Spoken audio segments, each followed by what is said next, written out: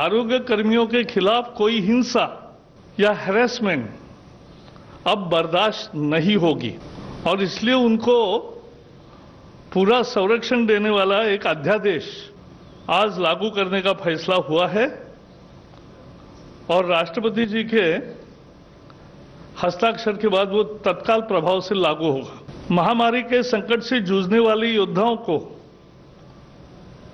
देश जब उन्हें सलाम कर रहा है, कुछ लोग उन पर हमले कर रहे हैं, कुछ लोग उन्हें संक्रमण फैलाने वाले समझ रहे हैं और ऐसी हिंसा या त्रासदी नहीं चलेगी, यह देखना पूरे समाज का और इसलिए सरकार का काम है। इसलिए जो महामारी बीमारी कानून था, एपिडेमिक डिसीजेस एक्ट 1897, उस कानून के तहत उसमें बदलाव करके यह अध्यादेश लागू करने का निर्णय आज मंत्रिमंडल ने किया है। अब यह होगा कि इस तरह का अपराध ये कॉग्निजेबल भी होगा और नॉन बेलेबल होगा। 30 दिन में इसकी इन्वेस्टिगेशन पूरी होगी। सीनियर इंस्पेक्टर के लेवल पे ही इन्वेस्टिगेशन होगी और 1 साल में फैसला आएगा और सजा भी कड़ी सजा का प्रावधान किया है।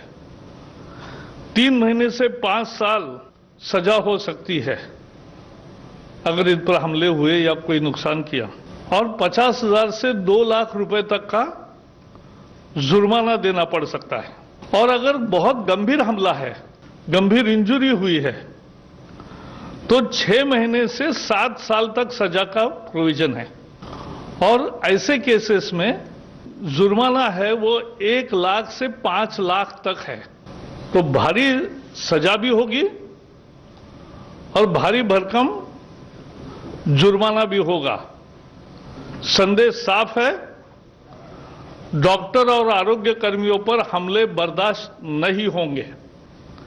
आज एक विशेष प्रोविजन भी की है अध्यादेश में कि समझो उनकी गाड़ी का नुकसान हुआ, उनकी क्लिनिक का नुकसान हुआ, तो जो भी उसकी कॉस्ट है, मार्केट वैल्यू, उसके 2 गुना जिसने हमला किया उनसे वसूला जाएगा।